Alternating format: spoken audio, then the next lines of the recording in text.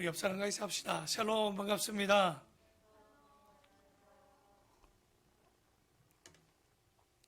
마태복음을 언제 끝나나 하는데 이제 몇 장 남지 않았습니다.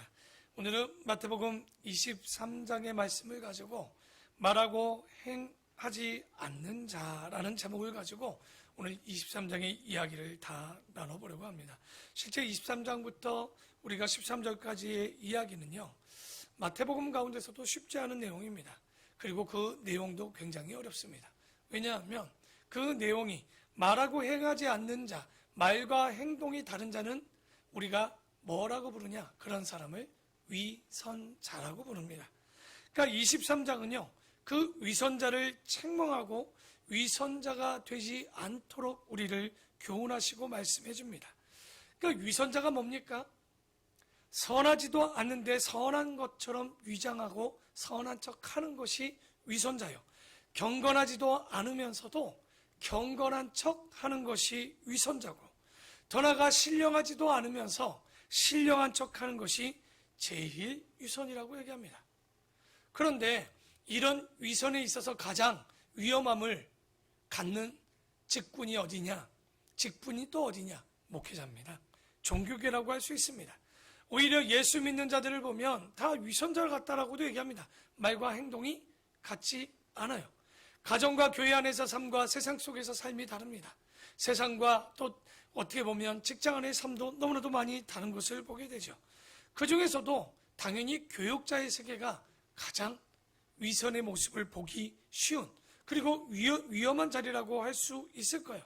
왜냐하면 저도 목회자 되기 전에는 그걸 잘 몰랐어요.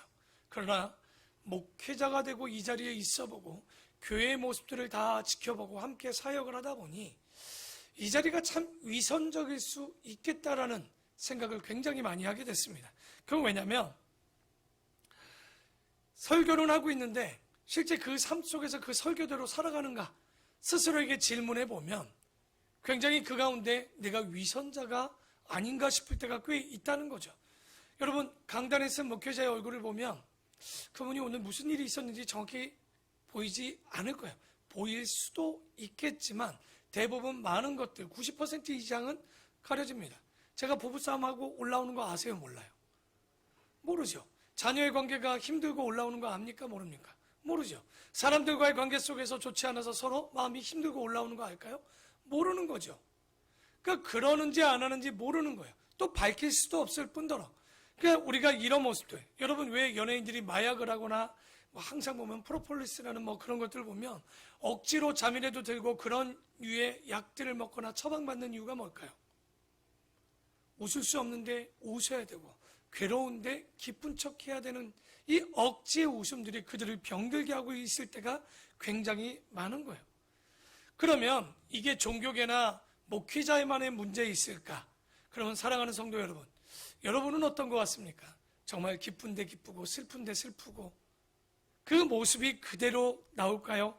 아니면 가식적인 모습들로 우리가 뒤쌓여 있을까요?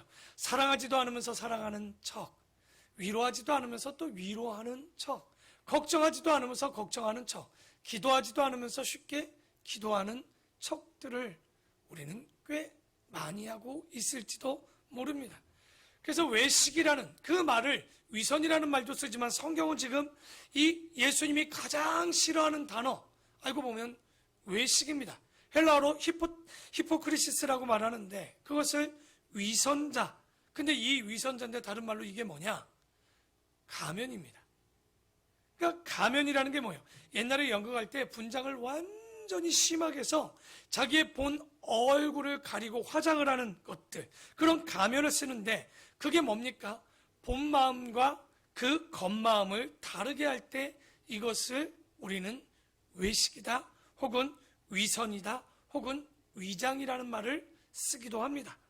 그래서 이 말의 오늘의 제목이 바로 위선이고 외식입니다.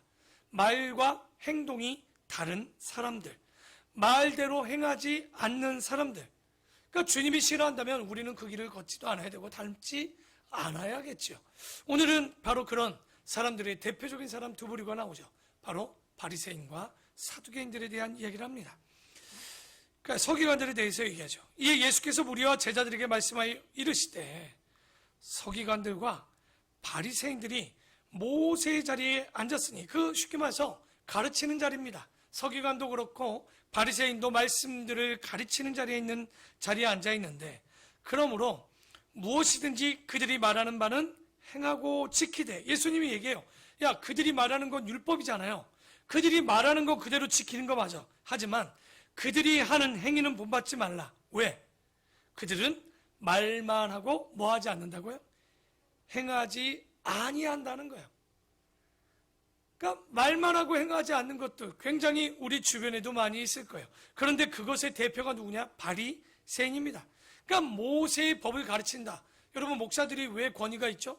목사가 대단해서 권위가 있는 것이 아니에요. 그 직분이 하나님의 말씀을 대언하는 자요, 하나님의 말씀을 가르치는 선생들이기 때문에 정말 그 권위가 있음에도 불구하고 이 선생과 같은 바리새인과 서기관이 뭐 한다는 거예요? 자기들은 가르치고 있지만 그 말대로 행하지 않는 거. 알고 보면 오늘의 본문은요, 목회자가 가장 부담스러워하는 본문입니다. 정말 목회자가 오늘 강단에 서서 하는 대로 다 살 수 있을까요? 뭐라고 얘기합니까? 내 이웃을 내 몸과 같이 사랑하는데 그게 되던가요? 맨날 저는 저 앞에 있는 렌트카 직원들의 그 담배 피고 침 뱉어는 모습을 보면서 맨날 고민해요. 저 왼수들 저거. 옛날 민경이가 생각나요. 저놈의 새끼들 그럴 때 목사님 누구 보고 한 얘기냐고. 그래서 뜨끔했어요. 그러니까 미운 거죠. 정말 오늘 말대로 하면 내 이웃을 내 몸같이 살아가는데 치우면 돼요. 근데 너무 화가 나는 거예요. 정말 내 이웃을 내 몸과 같이 살아가라는 건 머리는요 충분히 인지하고 있지만 행동이 잘 안 되는 거예요. 그러니까 이게 쉬운 얘기가 아니죠. 아니, 내 원수를 사랑하라는데 그거 할 수 있어요. 내가 원수가 없을 땐. 근데 원수가 생기는 순간 그거는 내가 따를 수 없는 말인 거예요. 원수는 둘째치고 내 마음을 불편하게 하는 사람들한테 사과도 못하고 먼저 말도 못 끝내는 게 우리의 모습이란 말이죠. 그래서 예수님 맨날 얘기하죠. 정말 힘듭니다. 억지로 오리로 가고자 하거든 어떻게 하라고요? 십리를 걸어가라고 하고, 겉옷을 달라고 하면 속옷을 벗어주라고 하고. 이게 말들이 될 수 있는 겁니까? 설교는 했지만 쉽지 않은 거예요.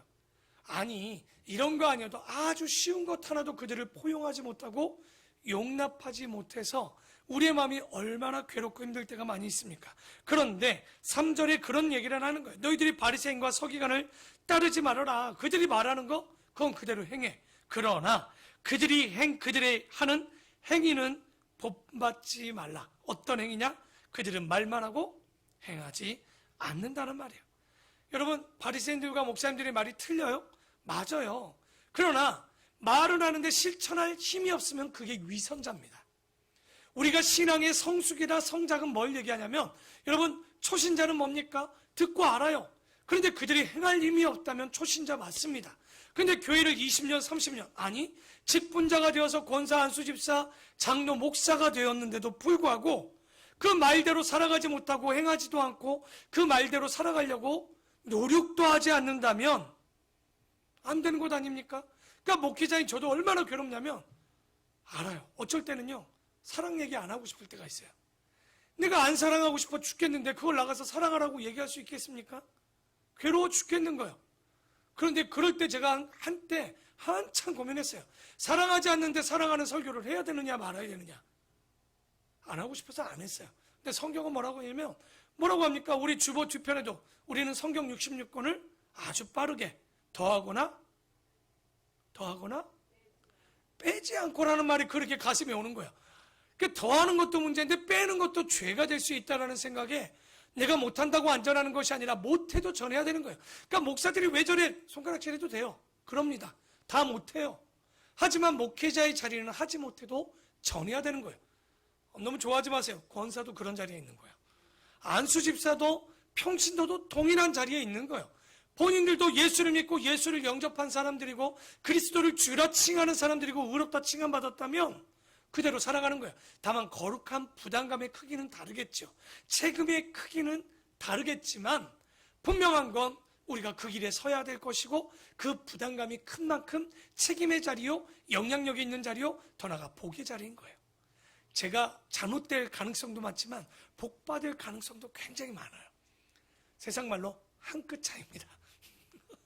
말 잘하는 사람들, 아이고, 그거 필요 없는 거예요. 여러분, 말 잘하는 사람, 누가 제일 말 잘해요? 목사가 제일 잘하죠. 목사만큼 말 잘하는 사람이 어디 있습니까? 그렇죠? 금리빨이라고 그래, 금리빨. 얼마나 말 잘하는데. 근데 성경에 황금 이빨 있잖아요, 예수님. 얼마나 말씀을 잘하시는데. 근데 우리 예수님은 말씀한 대로 살아가시지만 우리는 그러지 못하는 거예요. 그런데 진짜 여기서 말하는 거, 이 말씀하는 것들을 그대로 살아가야 되는데 그대로 우리가 살아가지 못한다. 진짜 마음은 어렵지만 우리가 그런 행동을 따라하지 말라고 하는데 4절에 이들이 하는 행위를 또 보십시오.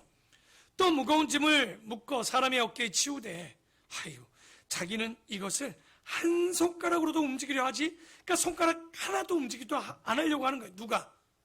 바리새인들이요, 법은 다 만들어 놓고 그걸 짐으로 만들어서 성도들이 그것을 따르게도 못하는데 본인들은 하나도 안 하는 거예요. 그런데 성경의 법은 뭔지 압니까? 여러분, 우리 어린 친구들 레위기 보면 법 많이 있죠. 우리가 율법 보면 원래 태초에 하나님이 우리에게 준 첫 번째 법은 하나밖에 없어요. 뭡니까? 생육하고 번성하라예요. 그냥 명령한 건요, 선악과 먹지 말라는 얘기 외에는 없었단 말이에요. 안 하니까 법을 더 주신 거예요. 근데 그게 많다고요? 여러분, 법전 혹시 두께 보셨습니까? 성경의 법은요 613개밖에 없었습니다. 그 법을 또 쪼개고 더 만들고 더 만든 게 바리새인인 거예요. 그런데 법이라는 것은요, 하나님이 주신 것은 법은 최소화하고 자유는 최대화하도록 한 것이 하나님의 법입니다. 그런데 이 법을 세분하고 숨도 못 쉬게 짐지게 하고 있다는 거예요. 그런데 예수님은 뭐라고 합니까? 너희 진리가 너희를, 그렇죠, 또 이랬더니 또 자유만 해요. 책임은 하나도 없어. 진리도 없으면서 또 어디서 자유는 알아들어갖고, 지금 군대나 이 땅의 문제가 이게 문제인 거예요. 책임과 의무는 없고 자유를 달래. 권리는 없어요. 그러니까 권리만 있죠. 의무나 책임은 없는 거예요. 웃기는 학생들이 여러분이 대접받고 싶다고요? 그러면 학생의 본분을 하면 돼요. 성도가 교회 와서 대접받고 싶다고요? 성경은 또 거꾸로 얘기하죠. 대접받고 싶으면 그거 이전에 대접받은 행동을 해야죠. 권사다워야죠. 집사다워야죠. 목사다워야죠. 우리의 마음 다시 한번 이 시대에 경각심을 갖고 깨달아야 돼요. 저는 이 시대가 종말은 아니지만 굉장히 근접한 것 같아요. 언제가 될지 모르지만, 교회가 언제 사라질지 모르지만, 이런 믿음을 가지고 지난주도 얘기했지만 천국에 갈 자가 진짜 없을 것 같아요. 더 어려워봤으면 좋겠어요. 진짜 두렵고 떨리는 마음이지만 그건 여러분에게 하는 얘기예요. 저도 진짜 목사인가? 내가 두려울 때가 있다는 거예요. 정말 내가 목숨을 내놓고 그 일을 감당할 수 있을까? 지금 강단에서 얼마나 떠들겠어요. 근데 강단에 올라가서 총으로 쏴 죽인다고 제가 올라올까요? 얼마나 갈등이 있을까요? 총뿌리가 있기 전과 총뿌리가 있은 이유, 말은 아는데 그것을 행동하는 것과 안 하는 건 이만큼 생명을 거느냐 안 거느냐의 차이만큼 굉장히 클 수 있다는 거죠. 그래서 오늘 여기 보면 원래 하나님은 우리를 가볍게 하나, 이 바리새인들은 이 어깨를 지우되 짐을 묶고, 정말 수고하고 짐진 자들 내게 오라고 그랬더니 짐을 더 지어서 보내는 이 바리새인들, 그들의 모든 행위를 사람에게 보이고자 하나니 곧 그 경문띠를 넓게 하여 옷수를 길게 하고, 뭐 하려고? 존경받고 싶어서. 경문갑이라고 아시죠? 이 안에 머리에 이마 미간 사이에 경문, 바로 하나님의 말씀, 신명기 6장 4, 5절의 말씀이나 이런 것들, 집 옆에 붙이는 게 뭐예요? 테필린, 이런 것들을, 경문갑이나 이런 것들 팔이나 심장 가까이 혹은 우리 이마 사이에, 머리에 우리가 이렇게 달거나 뭐 하는 거예요? 뭐 하는 척 하는 거예요? 그렇죠. 거룩한 척 하는 거예요. 신령한 척 하는 거죠.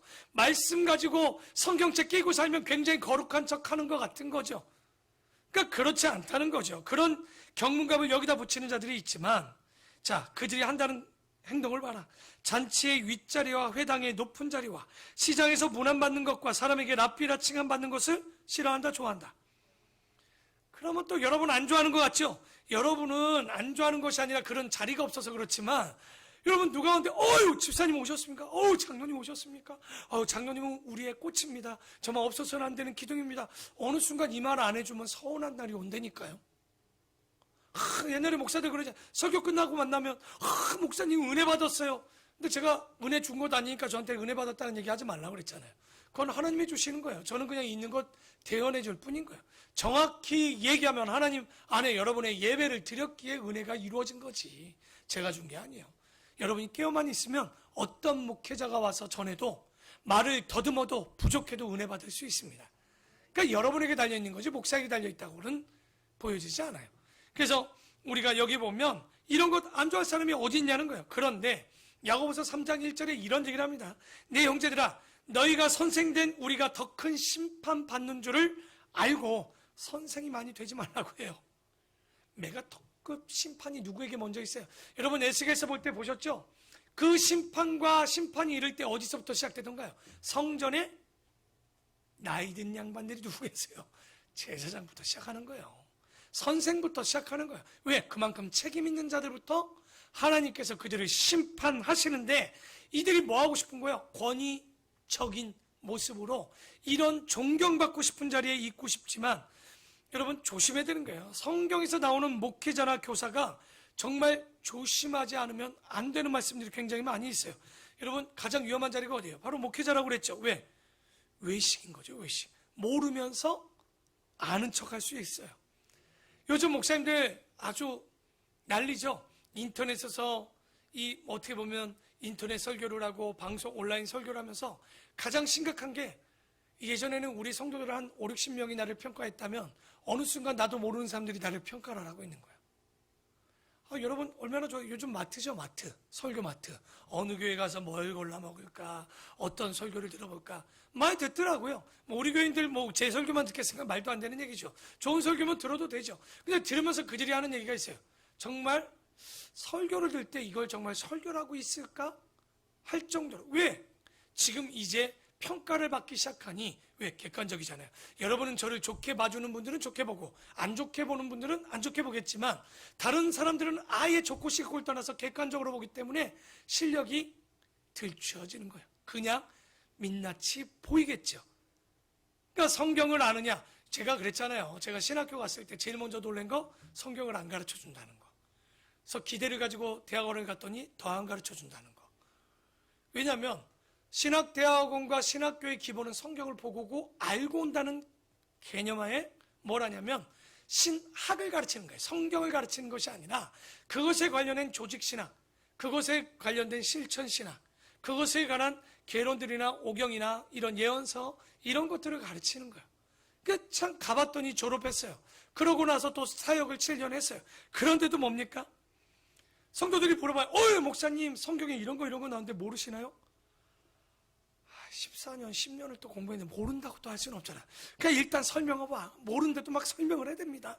이거군 저거고요. 이건 어차피 말해도 니도 모르고 나도 모르니까 같이 계속 얘기해야 됩니다. 그러니까 참 우리가 조심하지 않으면 안 되는 거, 말만 잘하면 안 된다는 거. 여러분 진짜 이단들에게 왜 넘어가겠습니까? 그들이 말할 때 뭐 갖고 와요? 성경 갖고 와요. 우리처럼 경험치 갖고 오는 게 아니에요.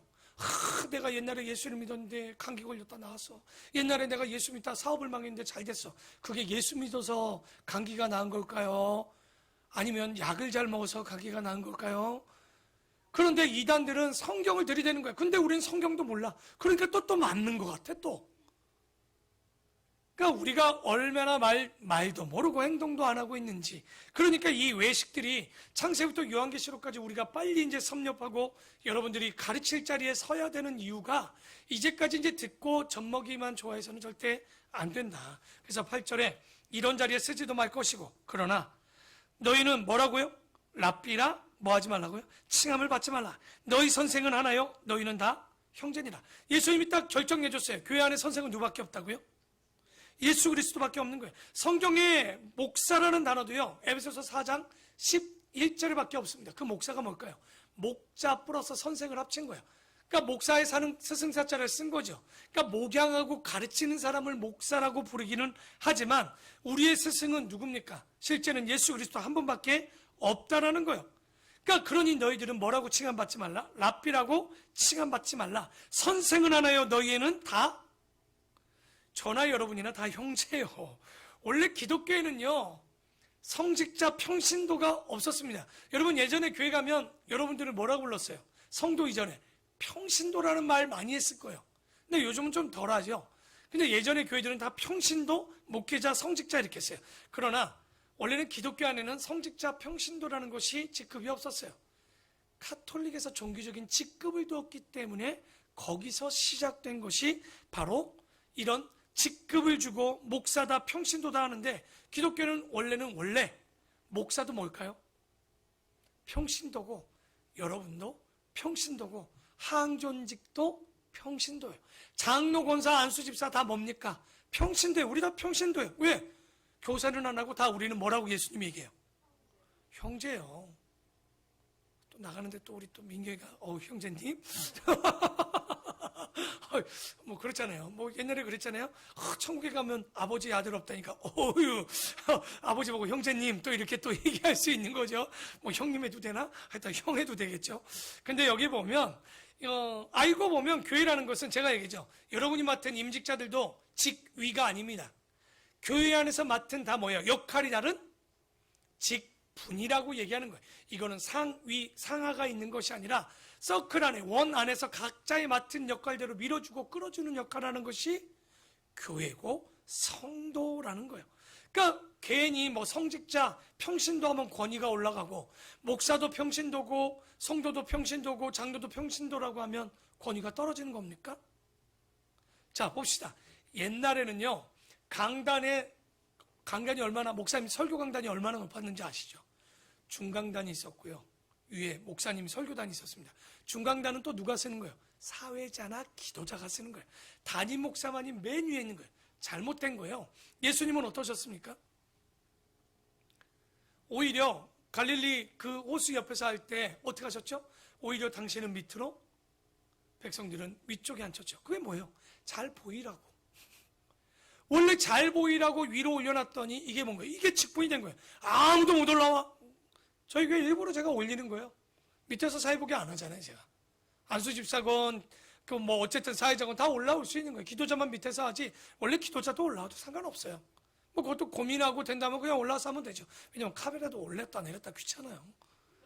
뭐 우리 카메라가 막 2대가 있었고 뭐 이렇게 찍는 것도 아닌데, 또 카메라 또 하시는 분이 뭐 내렸다 올리려면요, 우리께 막 좋아갖고 싹 하면 스무스 안에 덜덜덜덜 또 올라와야 된단 말이에요. 그러니까 그렇게 생각하면 그냥 위에서 다 해결하는 것도 틀리지 않는 거예요. 그러니까 그런 거에 권위를, 여러분 목사가 뭐 권위, 목에 힘준다고 권위가 생깁니까? 목사 다워야 권위가 있고, 선생 다워야 권위가 있는 거죠. 그리고 그 권위도 필요 없는 거예요. 예수 그리스도만 우리의 선생이고 우리의 랍비시고 우리는 다 형제라고 제 얘기 아니잖아요. 다 그렇게 얘기하고 있는 거예요. 그래서 9절에, 그러니까 지금 외식하는 자들은요, 이런 권위적이고 랍비라 칭함을 받고 싶고 남들이 존경받는 자리에 앉고 싶어 한다는 거예요. 교회 많이 있어요, 이런 분들. 우리 교회가 적은 거지 조금만 커져봐요. 그 안에 인사 안 한다고, 한나 집사가 장로한테 인사 안 했다고 아주 비일비재합니다. 그거 뭐 아주 큰일 아니에요. 교회 가면 아주 많은 일들이 벌어집니다. 그러니까 이게 얼마나 잘못된, 잘 안 가르쳤다는 얘기입니다. 그리고 제가 뭐 얘기했고, 예전에 나를 밥 타주는 분들이 있었어요. 내가 계속 그래요. 절대 밥 타오지 말라고. 내가 제발 먹고 싶은 것 좀 먹게. 그러니까 어느 순간 그러면서 혼자 밥 먹기 시작했잖아요. 아무도 나랑 밥 안 먹어주고. 근데 뭐 괜찮아요. 제가 나이가 먹어서, 목사가 나이가 먹어서 내가 줄을 못 설 정도면 그때는 타주는 게 좋죠. 몸이 안 좋은데 그것도 안 타주면 서럽죠. 근데 얼마든지 그런 것 아니어도 우리 교회 안에서 여러분, 우리 아이들이 어떻게 보면 더 섬겨야 되는 귀한 존재들 아니겠습니까? 그러니까 우리가 그런 자세로 교회가 되어야 될 것이고요. 그리고 9절에 보면 다 같이 한번 읽어볼까요? 9절에 시작.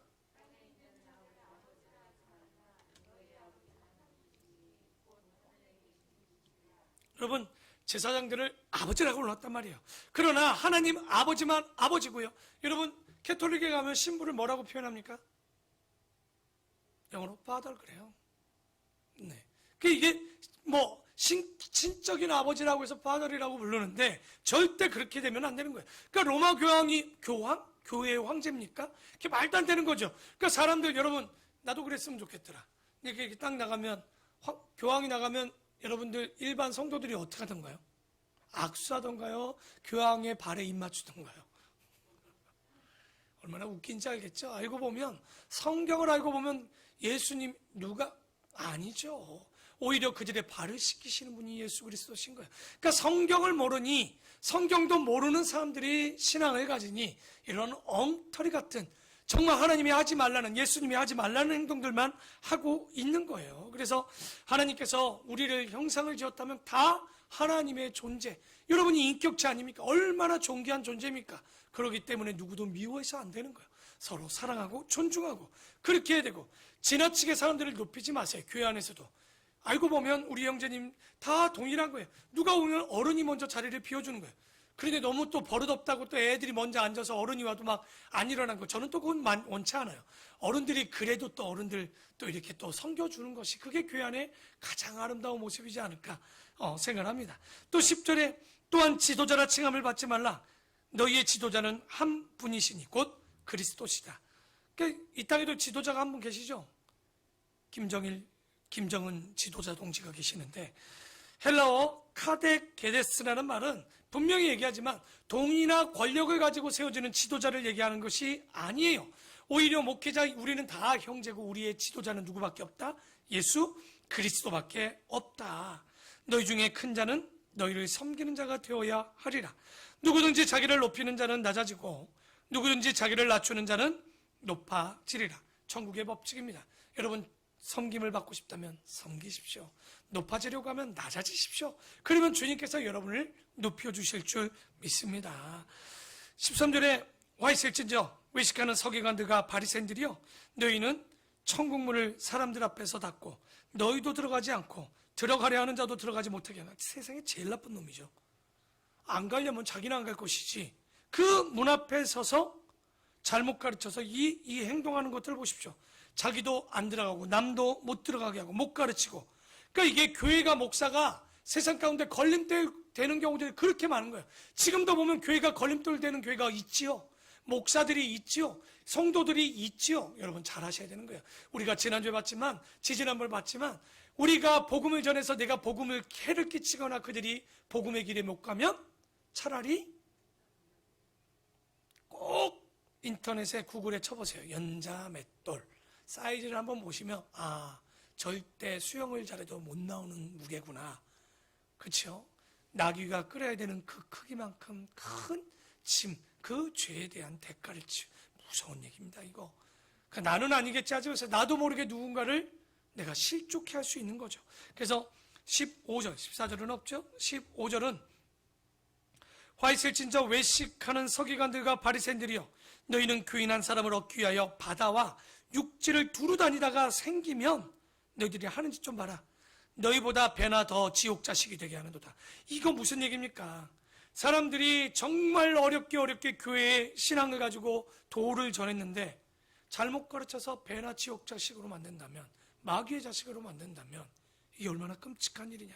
여러분, 불신자 데려오는 것도 하늘의 별따기죠. 그 사람이 세례를 받고 집사가 되고 권사나 안수집사, 장로까지 가기는요 수십 년이 걸려요. 1, 2년 걸리는 일이 아닙니다. 최하 10년, 20년이 걸려야 사람을 하나 세우는데, 교회가, 목회자가 혹은 성도가 그 사람 하나를 사소한 일로 떨어뜨린다. 떨어지는 것도 문제겠지만 그런 일로 떨어뜨리게 한다면 이것 또한 끔찍한 일임을 이야기하는 거예요. 그래서 교회에 오면요 항상 우리는 범사에 조심해야 돼요. 범사의 말을 조심해야 되고 범사의 행동을 조심해야 될 것이고 범사의 사랑으로 그들에게 전해야 되는 거예요. 그래서 오히려 우리가 뭐 해야 됩니까?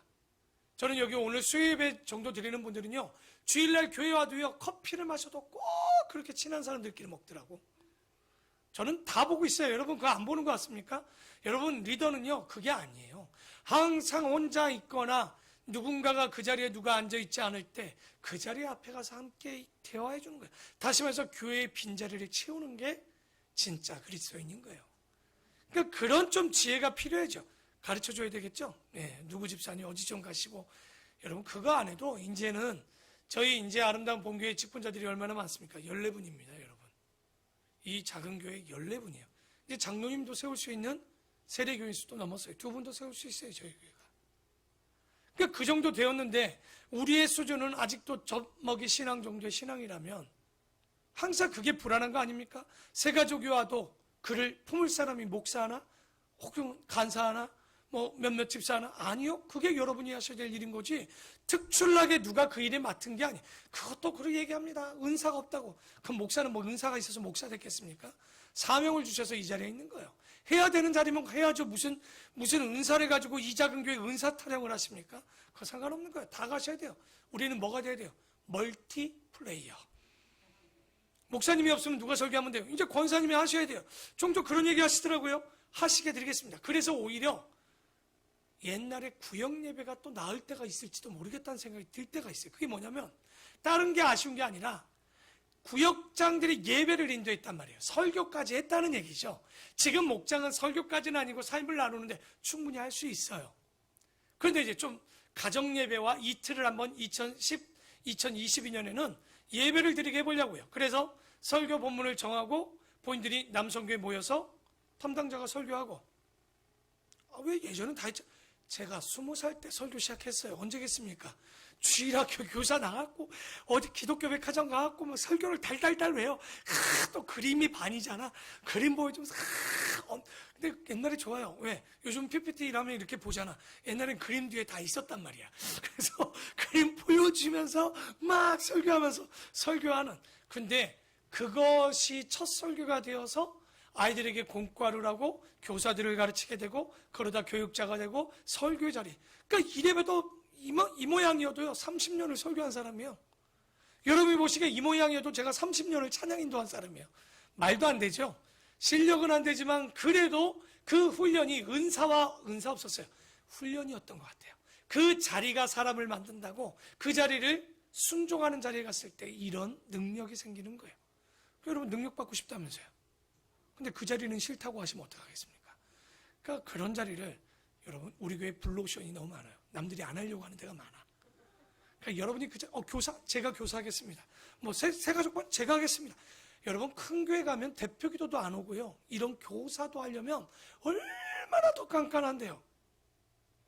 이렇게 했는데도 안 하겠다면 진짜 미련한 거죠. 뭐 답이 없죠. 뭐 알아서 하십시오. 그거는. 그래서 16절에 보면 화 있을 진저 눈먼 인도자여 너희가 말하되 누구든지 성전으로 맹세하면 아무 일 없거니와. 문제는 뭐냐? 성전의 금으로 맹세하면 지킬지라 하는 인간들이 있다는 거예요. 이게 무슨 얘기입니까? 그러니까 교회 재정이나 교회 일들을 위해서 교훈을 베푸는 척 하면서 성전을 위해서는 안 지켜줘야 되는데 성전에 맹세하는데 금전을 걸고 하면 지켜야 된다는 거예요. 이건 예수님의 말이 아니라 그런 인간들이 있다는 거예요. 그랬더니 17절에 이렇게 얘기하죠. 어리석인 맹인들이 어느 것이 크냐? 그 금이냐? 그 금을 거룩하게 하는 성전이냐? 너희가 또 이르되 누구든지 제단으로 맹세하면 아무 일 없거니와 그 위에 있는 예물로 맹세하면 지킬지라 하는도다. 맹인들이여 어느 것이 크냐? 그 예물이냐? 그 예물을 거룩하게 하는 제단이냐? 그러므로 제단으로 맹세하는 자는 제단과 그 위에 있는 모든 것으로 맹세하며 또 성전으로 맹세하는 자는 성전과 그 안에 계신 이로 맹세함이로다. 또 하늘로 맹세하는 자는 하나님의 보좌와 그 위에 앉으신 이로 맹세함이니라. 그러니까 이것이 목회자들이나 바리새인들이나 습관적으로 거짓말하는 인간들이 있다는 거예요. 어떤 것은 두고 지켜야 된대. 어떤 것은 두고 지키지 않아도 된대. 맹세라는 게 그런 겁니까? 아니라는 거죠.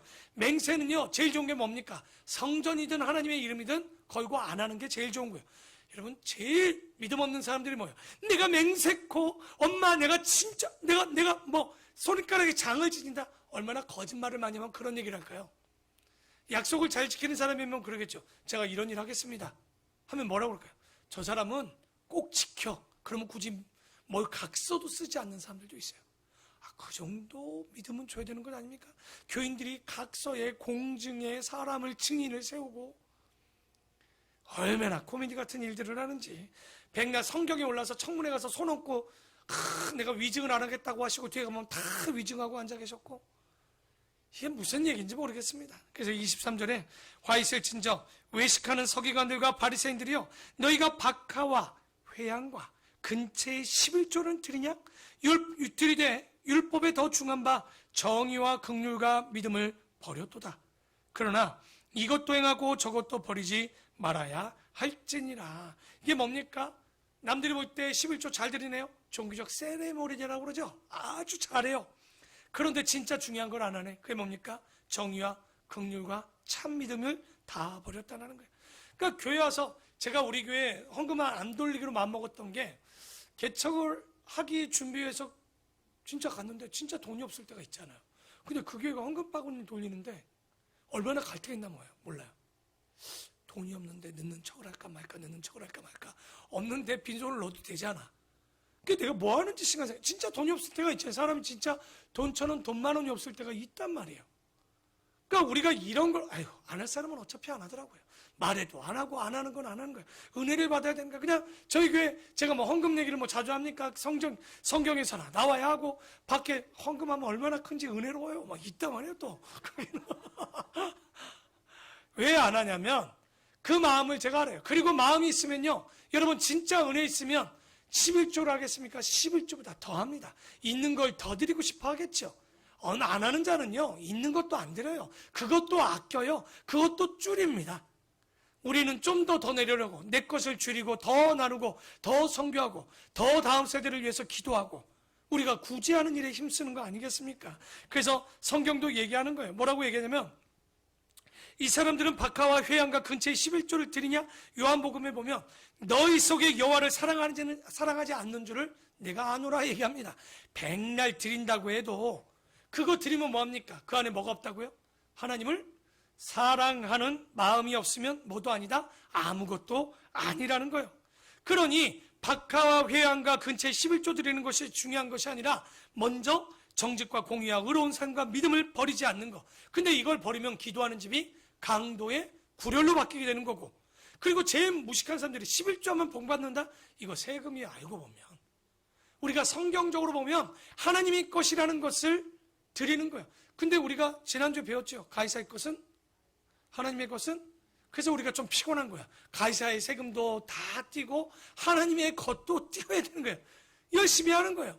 뭐 그것도 믿음에 따라서 하겠죠. 뭐 드리자 말자 모르겠어요. 저는 그냥 성경에 있는 대로 제가 배운 대로, 그리고 그것이 우리에게 주어진 신앙의 잣대기에 저는 드리는 거예요. 뭐 그거를 아까운 적도 있죠. 안 드린 적도 있죠. 떼먹은 적도 있죠. 교육자 되기 전에 얼마나 제가 뭔 짓을 안 했겠습니까? 그러나 결론은 내가 주님 앞에 그것이 내 것이 아니라 주님 것이라는 고백이라는 사실을 배웠던 거죠. 그러니 우리가 그 고백을 통해서 하나님이 보고 싶은 건, 여러분 성전에 2렙돈 드리지 못해 정말 자기 가진 그 2렙돈 드렸던 여인을 보십시오. 액수로 봐줬으면 그 여인은 정말 작은 돈을 드린 거예요. 그럼에도 불구하고 주님은 누구의 것을 받습니까? 바로 그 여인의 것을 받는. 왜? 자기의 빵 먹을 돈을 가지고 더 구제하는 일에, 남들을 돕는 일에 사용하고 있는 거예요. 그래서 우리가 기복주의의 신앙생활은 굉장히 위험합니다. 위선입니다. 헌금의 액수도 위선이에요. 잘못하면 오히려 더 드려야 되겠죠. 은혜가 있으면 더 해야 되겠죠. 그거 뭐 어느 정도? 여러분 저는 항상 기도해요. 우리 아름다운 본교회가 헌금 생활뿐만 아니라 저는 맨날 기도합니다. 하나님 나 진짜 주일헌금도 제일 많이 드리고 싶어요. 계속 하나님 앞에 기도하는 거예요. 돈이 많아서 많이 드리는 건 아니에요. 하지만 하나님 앞에 드리고자 하는 마음을 가지고 작정하면 부어주시더라고요. 근데 부어주신다고 또 복 받으려고 11조보다 12의 2조를 드리면 더 주냐? 그럴 일은 없습니다. 그런 마음으로 갖는 게 아니라, 그건 혹부리 영감에 보시면 이미 다 교훈했어요. 좋다고 혹을 하나 더 붙인다고 노래를 잘하고 복이 오던가요? 그러지 않죠. 동일한 거예요. 그걸로 드리는 그런 11조가 아니다. 먼저 그런 보여지기식이 아니라 의와 믿음과 긍휼한 마음을 가지고 그것을 버리지 말아야 될 것이고, 맹인이 된 인도자여 하루살이는 걸러내고 낙타는 삼기는도다. 그 지도자들이 뭐라고 얘기하냐면 사소한 문제는 어떻게 합니까? 굉장히 크게 말을 하면서 진짜 중요한 얘기는 쓱 지나가는 거야. 그러니까 교회 솔직히 그런 얘기들 많이 합니다. 진짜가 뭐냐고요? 11조는 작은 얘기예요. 오히려 우리가 음란이나 정직, 성실, 그리고 이런 죄악들에 대한 이야기가 알고 보면 교회 안에서 많이 사라졌죠. 강단에서 보혈의 피에 대한, 복음에 대한, 우리는 왜냐면 기다려지는 거예요. 구약에서도 수도 없이 맞고, 그때는 하나님의 매도 정신없이 맞고, 신약에 오면 또 정신없이 맞고 예수의 피로 또 구원을 받고, 이 이야기가 실제 강단에서 많이 사라졌다는 거예요. 어떻게 하면 예수님께 복받고 어떻게 하면 내가 조금 더 위안을 받는, 위로받는 거에 목적이 되는 거예요. 제사가 위로받게 드리던가요? 구약의 제사를 잘 보십시오. 위로받기 위해서 드리냐고요? 아니요. 내 죄를 속하기 위해서, 화목하기 위해서, 감사해서 드리는 거예요. 이게 뭔가 예배 자세들이 다 엉망진창이 된 거예요. 지금 예배 자세들이 어떤 것 같아요? 제가 몇 점짜리 예배냐라고 물어봤죠? 제일 큰 건 뭡니까? 여러분 안에 예수가 있느냐라는 질문이었어요. 예수를 통해서 지난주 말씀처럼 예수 안에 내가 죽었냐는 걸 묻는 거예요. 아직도 내 욕심을 가지고서 죄를 가져와서 주님 앞에 속죄제를 드리면 큰일 나는 거 알죠? 제사장은 죽었어요. 대속죄일에. 여러분, 예배가 두렵고 떨리는 마음으로, 준비된 마음으로, 오늘도 수예배 드리는 분들 중에 편하게 예배 드리고 있으면 여러분 깜짝 놀라셔야 돼요. 그렇게 드리면 안 돼요. 지금 여러분이 입고 있는 옷, 여러분이 뭐 하고 있는 장소, 그 장소가 어쩔 수 없는 장소를 죄한 장소라면 여러분 그냥 하던 일 하다가 커피 한 잔 마시고 그냥 되는 대로 그러겠죠. 그래도 드리는 게 더 낫지 않겠어요? 그건 여러분의 합리화예요. 주님이 그런 예배를 받으실지 질문하시란 얘기예요. 저는 좋죠. 그래도 드리면 좋아요. 근데 주님도 그러실까요? 그렇게는 말 못하겠습니다. 여러분의 자세를 아마 주님은 분명히 보고 계시겠죠. 그래서 화 있을 진저 외식하는 서기관들과 바리새인들이요, 잔과 대접의 겉은 깨끗하되 그 안에는 탐욕과 방탕으로 가득하게 하는도다. 지금 23장은 다 외식이에요. 외식이라는 단어를 영어로 찾으면 두 가지 단어가 나오는데요, 두 번째 단어가 뭐라 나오냐면 바리새인이라고 나와요. 겉과 속이 다른 자들. 이 사람들도 되게 안 됐죠. 바리새파 중에 얼마나 괜찮은 사람도 많았겠습니까? 그런데 그들의 인식이 지금도 마찬가지인 거예요. 기독교인들이 뭐예요? 착한 사람이에요? 위선자일걸요. 기독교인들이 뭐예요? 남들 등쳐먹는 인간으로 됐습니다. 기독교인들이 뭐예요? 세상 사람들보다 더 선하지 않는다. 이거 지금 누가 만들어가는 단어일까요? 이거 굉장히 위험하죠. 그래서 우리가 외식이라는 건 겉만 번들으라고 속이 깨끗하지 않는 자. 그러면 겉도 깨끗하고 마음도 깨끗해지는 것. 특별히 마음을 깨끗이 하려면 어떻게 될까요? 여러분은 노력으로 될까요? 아니요, 안 됩니다. 하나님의 말씀과 예수의 피 아니면 절대 가능하지 않는 거예요. 말씀의 66권을 가지고 씻어내야 되는 거예요. 매일마다 비춰보고 내가 깨어지고, 오늘도 내가 깨어지고, 오늘도 내가 죽고 주가 사는 바로 그 모습이 나와야 되는 거죠. 그래서 26절에 눈먼 바리새인이여 너는 먼저 안을 깨끗이 하라. 그리하면 겉도 깨끗해지는 거야. 화 있을 진저 외식하는 서기관들과 바리새인들이여 회칠한, 회가 뭐냐면 여러분 시멘트죠. 속은 썩어 문드러져서 썩는 내가 나. 근데 그 위에다 뭐를 갖다 바르는 거야? 시멘트 해놓고 색칠해놓으면 깨끗한 무덤입니까? 아니죠. 겉으로는 아름답게 보이나 그 안에는 죽은 사람의 뼈와 모든 더러운 것이 가득하도다. 그게 언제 나오냐? 지금 다 착해 보이잖아요. 누가 여기서 뭐 욕할지, 누가 어떤 짓을 할지 누가 알아요. 그러나 여러분이 유혹당할 때 나오는 게 나은 거예요. 내가 진짜 내 분을 이기지 못할 때 나오는 말이 나은 거예요. 그러니까 저도 매일마다 저를 쳐 죽이는 거예요. 미웠다, 좋았다, 나갔다가 담배 펴놓으면 또 그래, 찌개를 들고 가자. 내가 언젠가 치우면 편하겠지.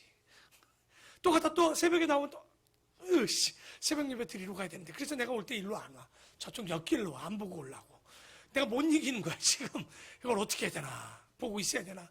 근데 저는 항상 그걸 보면서 내 자신을 보는 거예요. 멀었구나. 예수 믿는 목사가 저만큼이면 동네에서 쓰레기 때문에, 주차 때문에, 아마 아실 거예요. 저는 우리 동네에서 주차 차 빼달라면 아무것도, 세상 말로 광고 말로 그래요. 묻지도 따지지도 않고 저는 빼줍니다. 그게 자기 자리가 아닌데도 불구하고 빼달라면 그냥 빼줘요. 말하지 않고. 네, 알겠습니다. 네, 알겠습니다 해요. 왜? 주차다 어마어마하게 싸웁니다, 사람들. 그러니까 주차는 되는데 빼면 되니까 막 그냥 그 사람도 얼마나 될 데가 없니.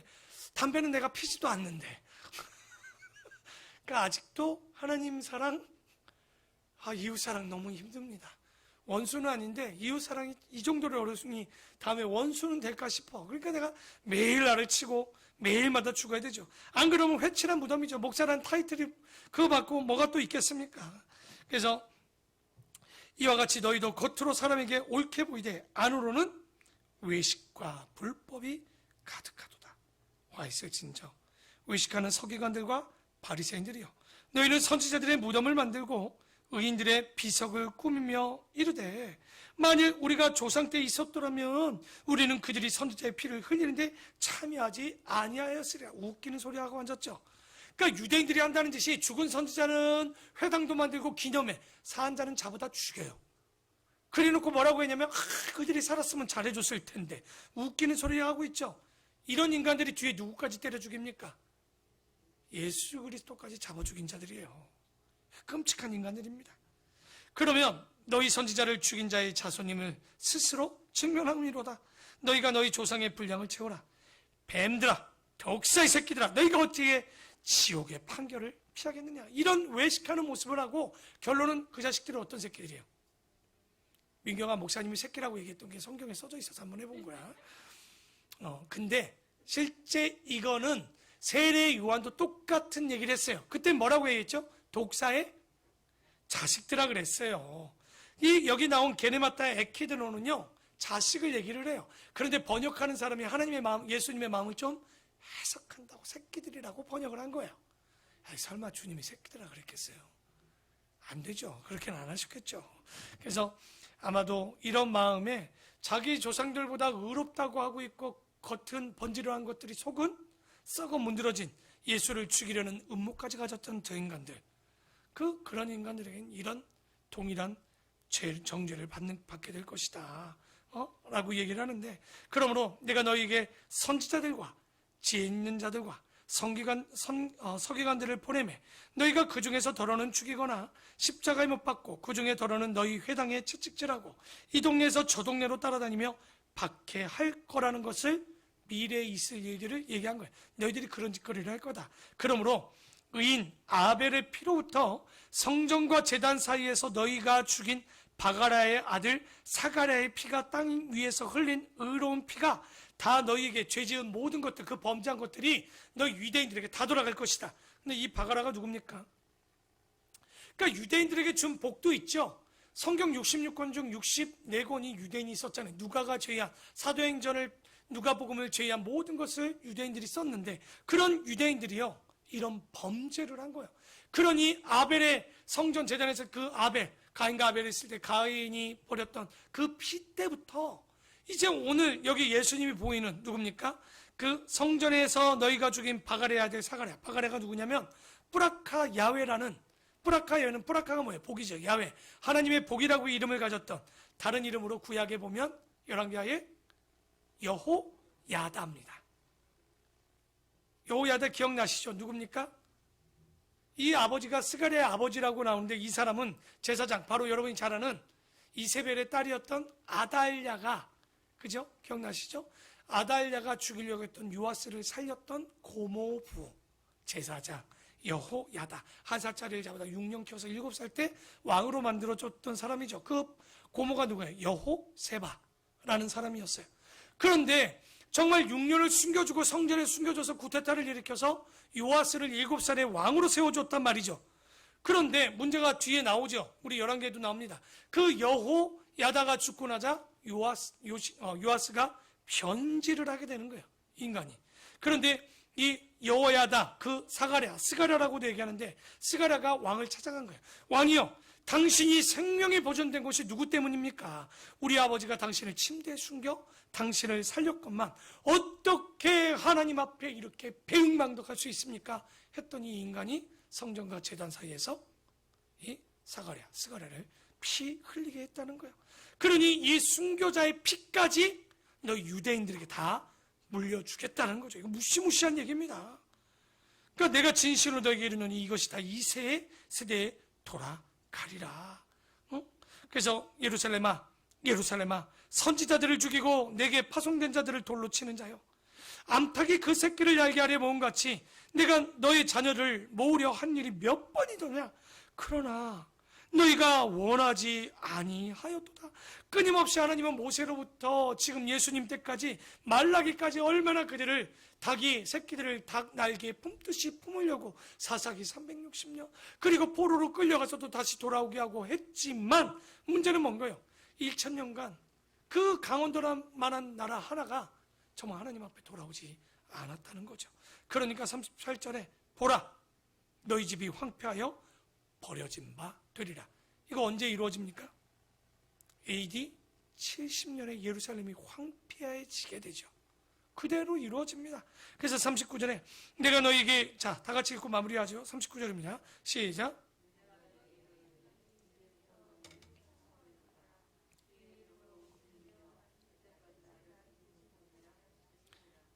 이게 무슨 말이냐면, 예수님이 자신의 영광 언제겠습니까? 재림 때 이 받들어질 때 이 사람들이 예수님을 거절했다가 재림할 때 가서 그러겠죠.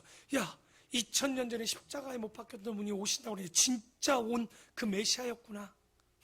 그제서야 알게 될 것이라는 거예요. 원래 여러분 진짜 하나님의 먼저 선민으로 선택받고 그리고 선교 민족적인 사람들이 누굽니까? 유대인들 아닙니까? 그런데 그들에게 우리가 지난주 포도원에 그 천국은 마치 얘기했지만 보냈지만 천국 잔치에 그들을 초대했지만 다 어떻게 합니까? 초대하러 간 자들도 죽이고 포도원 주인의 종들도 죽이고 마지막 그 아들까지 죽이는 일들이 그들에게 했다는 거예요. 그러니까 하나님께서도요, 유대인이 이제 안 되는 거예요. 그러니 어떻게 합니까? 유대인이 딴 여자를 차고 딴 쪽에 가서 하나님의 마음을 질투하게 하셨단 말이에요.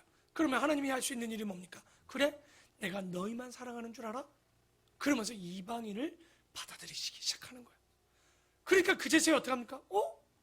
우리도 사랑해 주세요라고 언젠가 39절에 보면 언젠가 그들이 돌아올 때를 주겠다라는 거예요. 근데 많지도 않을 거예요. 이게 뭡니까? 아이들도 그런 거 있죠. 너 이거 먹을래? 그러면 안 먹어요. 그러다 옆에 준다 그러면 그제서야 뭐라고 합니까? 나도 그 떡 먹을 거야, 나 줘. 이런 식으로 그들에게 질투가 나게 하시겠다는 거죠. 그래서 여러분, 우리가 어설피 신앙생활하면 안 돼요. 하나님이 주었던 떡도 뺏을 수 있는 거예요. 이게 유대인에게만 국한되었겠습니까? 우리에게도 계속 정말 차가우는 게 언젠가 우리에게도 막 차가울 때가 있는 거예요. 인생의 종말이 되든 인생의 마지막이 되든 언제까지나가 아니라 기회가 있을 때 잡아야 되는 거겠죠. 그래서 여러분, 유대인 중에 가장 복 있는 사람은 누굴까요?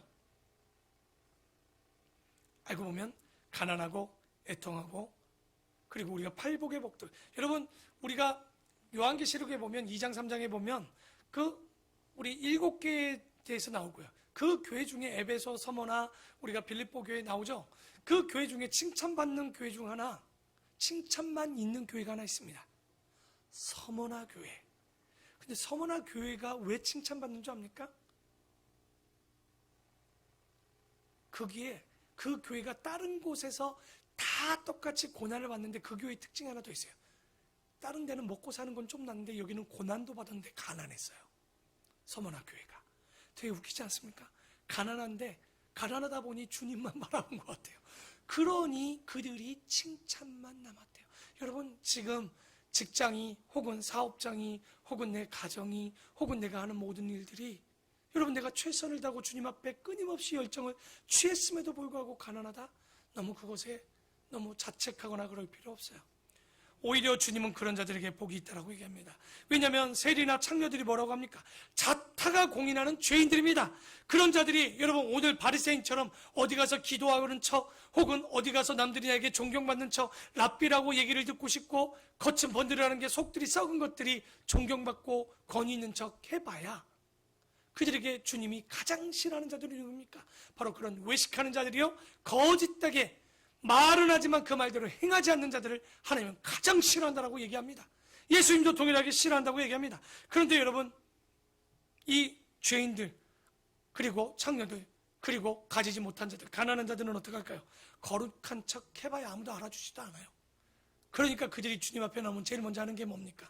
나는 죄인이로소이다. 나는 죄인입니다. 나 같은 게 주님의 옷자락 만질 수밖에 없다라는 그 여인의 고백. 하지만 그 옷자락의 능력이 그 여인에게 흘러 그 병이 낫듯이 우리가 주님 앞에 나와 제일 첫 번째 고백은 뭡니까? 주님은 살아계시고 창조주이시며 그러나 나는 죄인이라는 고백이 우리에게 필요한 이유가 바로 그런 이유인 거예요. 오히려 예수를 믿는 우리가 위험할 수 있어요. 오히려 안 믿는 자들은 자기들이 잘못하고 못 산다라고 고백하는데 우리는 구원받았다고 의인인 척하고 복받은 척하고 거룩한 척하고 있는 것은 아닌지, 우리가 진짜 보여지는 것도 중요하겠지만 우리 신앙의 내면 세계를 좀 닦아냅시다. 욕심이나 우리들의 마음에 있는 잘못된 가치를 버려내셔야 되는 거예요. 그런데 이것은 우리의 노력으로 되지 않는다고 그랬죠. 우리의 속에 있는 더러운 것들은 바로 하나님의 말씀, 성령 그리고 예수 그리스도의 피로 그 말씀을 통해 변화될 수 있고 씻어낼 수 있지, 어떠한 노력으로 착한 행실로 이것을 얻을 수 있는 것이 아니에요. 먼저는 믿음과 구원으로 하나님 앞에, 그리고 그 가운데 구별된 삶으로 살아갔을 때 하나님께서 여러분 보십시오. 이때도 하나님께서 구원하는 자들이 있었죠. 포로로 끌려갔음에도 불구하고 여러분 뭐 다니엘이나 그리고 에스겔이나 느헤미야나 그리고 지금도 보면 신약 시대에 오면 바로 세례 요한이나 또 바울이나 이런 자들처럼 하나님 앞에 내가 죄인이라고 고백하고 내가 하나님 앞에 어떻게 서야 되는지를 알고 깨닫는, 진짜 오늘 말씀처럼 오늘 예배하는 우리가 예배하는 척하지 마십시오. 어떻게 보면 저는 속일 수 있어도 주님은 속이지 못합니다. 정말 말을 따르고 행동도 따라갈 수 있는 우리 아름답고 복된 우리 귀한 성도들이 되기를 축원합니다. 기도하겠습니다.